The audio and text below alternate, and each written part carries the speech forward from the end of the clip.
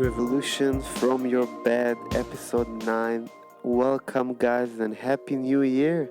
It's basically a season that has been ended so fast, but let's keep on rolling this one because I'm getting really the most heartfelt, amazing, heartwarming comments from you guys.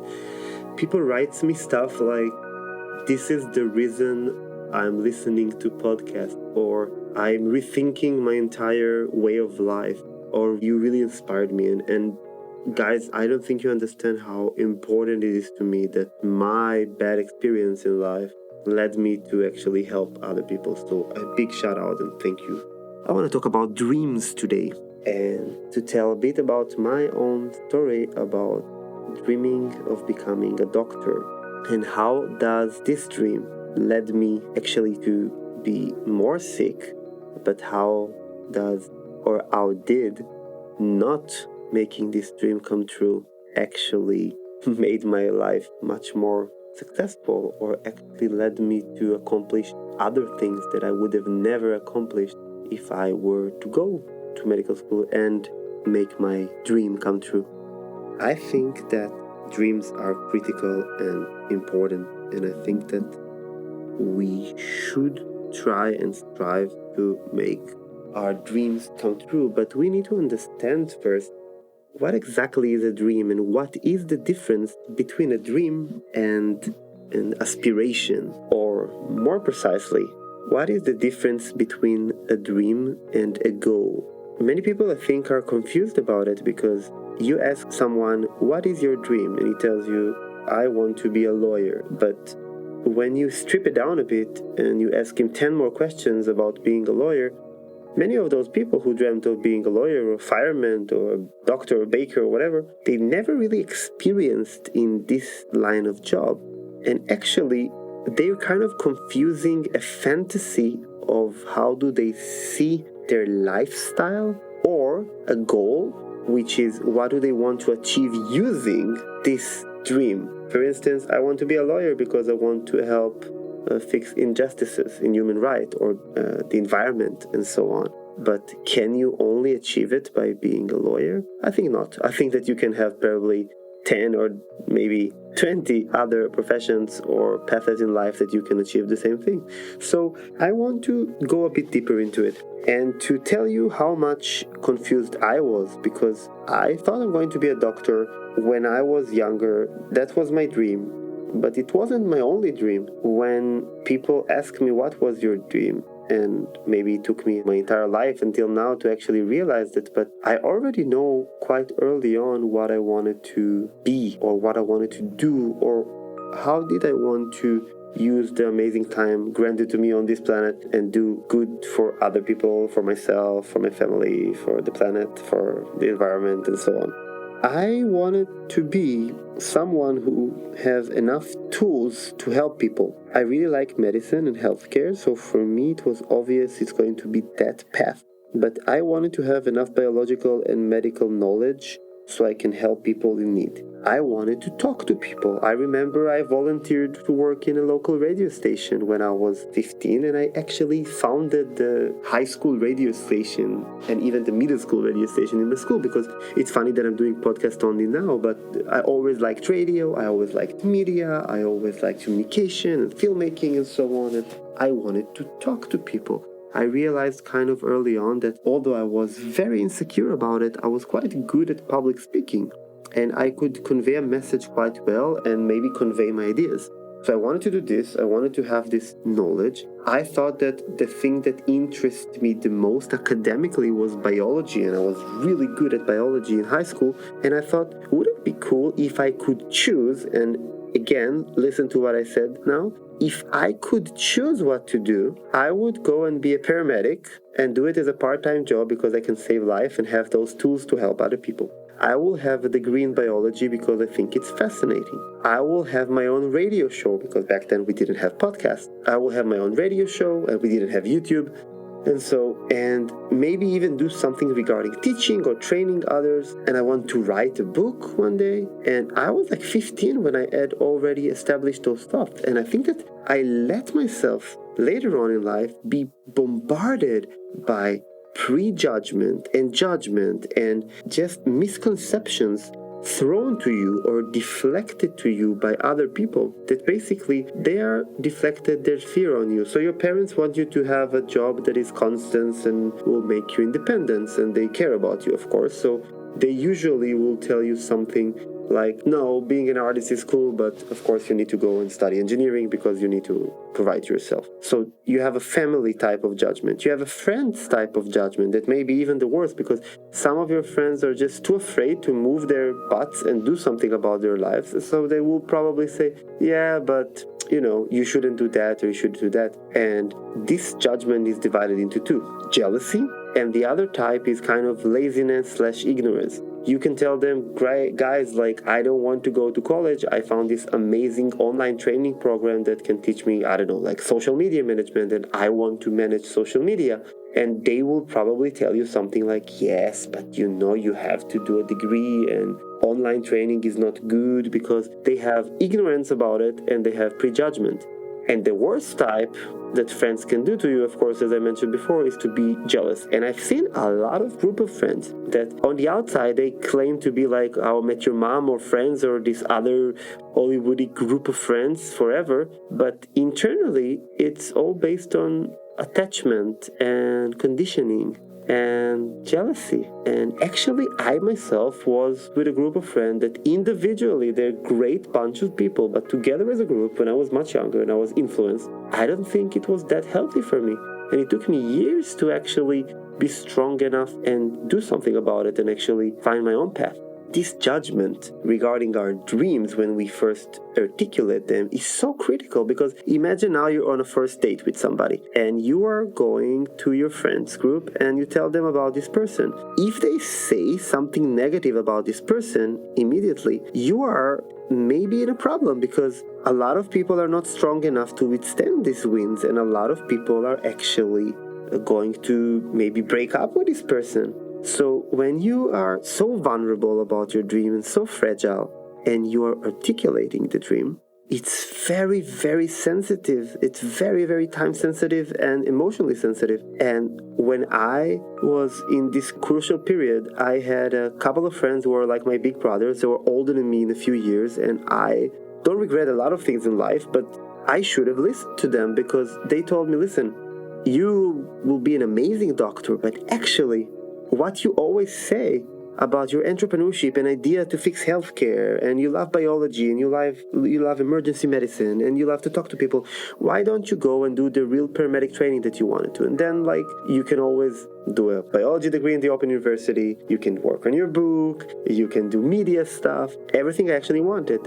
But then other voices silenced those voices, and I was so naive back then that I wasn't connected enough to myself to say, hey, being a doctor is probably one of the most noble things you can do. But maybe, just maybe, even though it was my dream and it's part of my story that I tell everywhere, maybe I wasn't ready. Maybe the decision wasn't that final, because you're so young, you're like 18 or 20, and you need to make this life-altering decision that will actually make your entire life path and shape it forever. So this dream of mine to become a doctor, when I go really, really deep into it, it was combined a lot of things I perceived as what it's like to be a doctor. And we are all captured in this Grey's Anatomy fantasy. Or in my age, it was in other shows like ER or older ones, but this Grey's Anatomy phenomena that made so many people want to become doctors. And so many hearts to be broken, because eventually, guys, being a doctor is not even remotely close to what you see in Grey's Anatomy. I shadowed a doctor for 2 days before I was supposed to start my own medical school. And I was leaving the hospital every day with such heavy-hearted feeling that I actually was really second thinking everything. I had doubts about my choice. And then I said, wow, but when I'm in an ambulance, like, volunteering as a medic, I feel so accomplished, but on the other hand, there's so much more I can do. And so much more you think you can do, you say, oh, what's more than this? And more than this is millions of options that you can choose. But in this patriarchic kind of prejudgmental world. Like people will tell you, if you really want to make it and have prestige, you should be a doctor. And today I realize that paramedics save lives on a daily basis. Physician assistants and nurse practitioners are saving lives on a daily basis. Nurses save lives on a daily basis. Firefighters save lives. And there's so many other amazing medical professions that I could have chosen. Like, I could have gotten to so many other directions. But this idea that I had of medicine, this dream I thought I had, was basically a mix between a dream and a goal. My goal was to help people, was to empower people, was to make people more hopeful. Yes, back then I was very into emergency medicine and first aid, so really saving lives was something amazing for me. But I've been volunteering for a few years now. I'm probably too sick to go back and volunteer because I don't want to put my teammates at risk. But this feeling of helping another person, that's what I was looking for, to replicate it. And because nobody took the volunteering that serious in terms of profession, I had to go and kind of let go of my goals, and my goals to empower people and my goals to help people. There are dozens of ways to achieve that. And I chose the most convenient way that I had because some of my friends went to medical school. I was surrounded by people who wants to go to medical school. And yes, we have stupid judgment. People said, being a nurse is much inferior than being a doctor. Today I know that, I would have gone and studied nursing in a heartbeat. I admire nurses. They were the only people who actually treated me like a human when I was sick. They are the actual patient carer. So why? Because we are letting judgment affect. Again, I had a goal, I had a mission, and the dream was basically a fantasy. Something you pick from TV, you pick from Hollywood, you pick from books, you pick from things you hear, but this is not exactly your dream. And I think that the way to actually know what is your real dream is first of all to distill your actual goals. And there's a lot of cool workshop materials on it online. There is the amazing Dream Academy by a dear friend of mine called Marsha Weiner. She's amazing, and she made her career helping people achieve their dreams. And I'm not saying that Marsha is wrong. I think Marsha helped 10 times more people than I probably will ever have. But I think that the dreams and the goals are something that we need to pay attention to. And some people say it's okay to call your goals dreams. I'm just here to share with my experience, because my experience was the feeling of a bubble being burst in such a way that when I couldn't go to medical school because I got sick, the effect of not making my dream come true was so crucial that in the first 2 years, I've been basically done nothing but laying in bed and wallowing about my condition. And why didn't I go to medical school? And instead of trying to get better, I tried to somehow go back to medical school. Maybe, let's find a cure so fast so I can go back to medical school instead of doing this root canal of a work internally and externally, bodily, physically, and mentally, self-developing wise and bodily wise. Guys, if you are feeling so sick you cannot get out of bed, holding on to your dream is not what will help you. But if you set some goal ahead, and if you set milestones that you can easily follow, I think it's much more realistically. And again, I'm not trying to shatter anybody's dream. In my case, this attachment I had, this conditioning that I cannot be a happy human without having a stethoscope around my neck, I think it's one of the main things who got me into bed in the first place. I've created an attachment. I've created such a strong bind in my head, and I don't think you understand how strong our minds are. I've created this bond that says, Roy, if you're not a doctor by the age of 28, you're never going to be happy, and nothing going to fix this void in your heart, because you must be a doctor. But when you go deeper and ask yourself, why do you must be a doctor? Why do you must be a doctor, lawyer, or other things that you think you must be? You need to think deep and really careful about what does a dream even means. Is it your parents' dream? Is it your friend's dream? Is it your dream? What is a dream?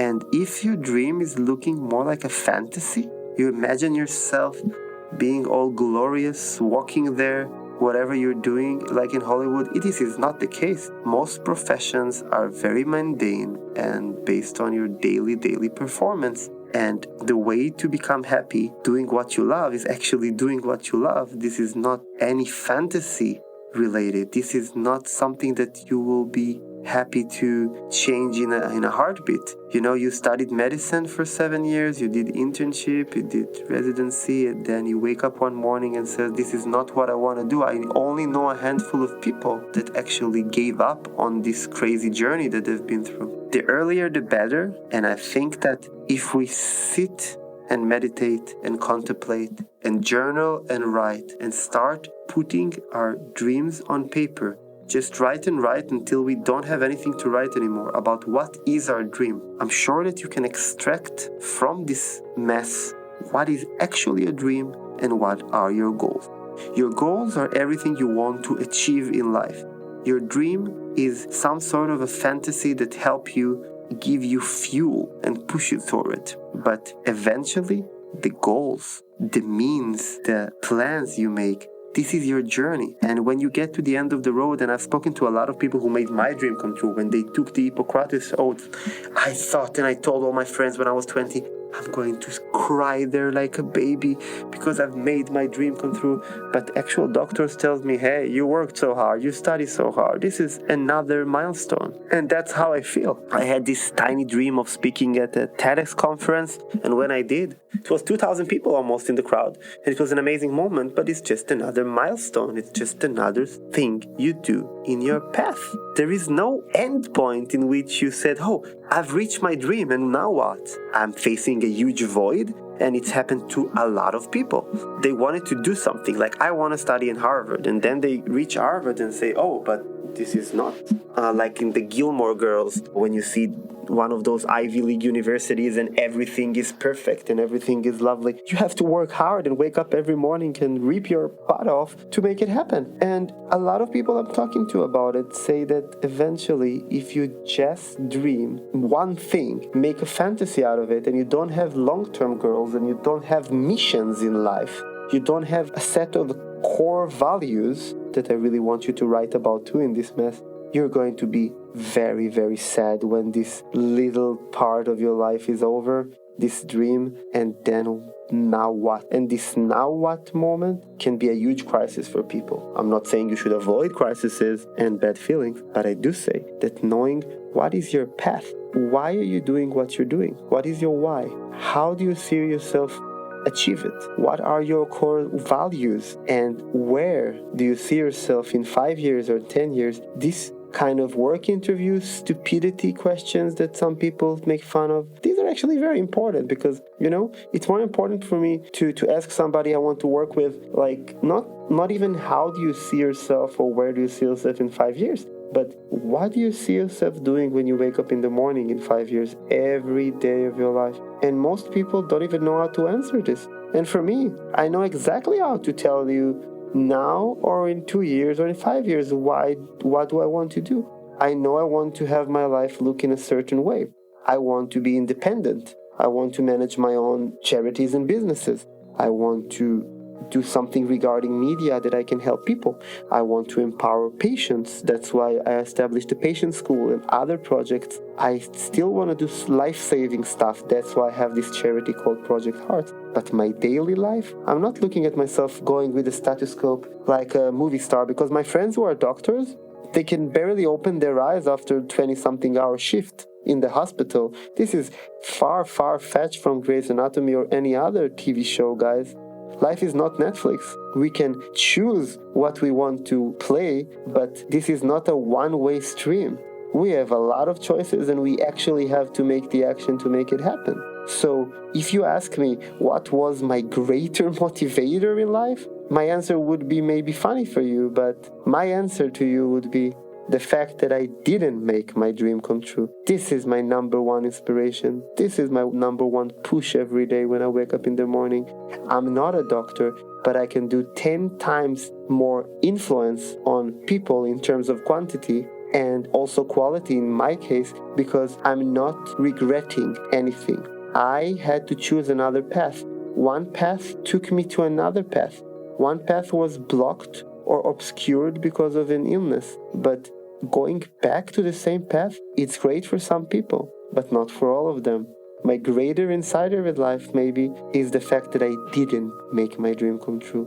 And I can still stay in the realm of healthcare and medicine, empowering patients, empowering doctors, mentoring medical students, working with nurses, and this is amazing. But also, not only patients and healthcare providers, I can talk to everyone because the freedom I've been granted not to only be a doctor, but also to be some sort of a media personality. Now I have the literal stage that I can do a lot more than what I could have done before. So my dream maybe is not coming true in this sense, but my goals are definitely. And in this final note, I want you to remember that dreams are an amazing tool that serves our lives, and during evolution were probably one of the greatest things that pushed us forwards. But if you let your dream to become fantasies and you don't do something about them, so the mixture between your dreams and your goals becomes some sort of a blob,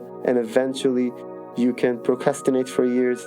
And we all know these people who have this dream, but they're still doing the same thing, still the same job, still stuck in their life. And those people who are more practical are running ahead. I don't want you to choose a role here. I just want you to think, what is good for you? What are your core values? What are the goals you want to achieve? What is the end result of this dream that you have in mind? Write it, develop it, make your own story, write your own story. And I promise you that your dream and fantasy has a lot more, because, even if you say something, I want to start in a hospital in the third world, and then what? Every time you talk about your dream or fantasy, ask yourself, and then what?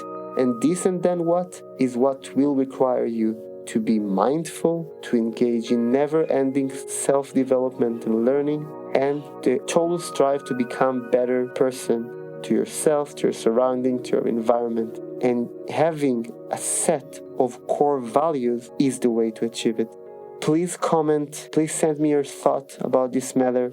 I would love to hear about your dreams and your goals, and I will see you in the next week. Have a happy new year, and I wish us all health, prosperity, and dreams that will come through, but dreams that are not only the end point, but only the beginning. See you soon.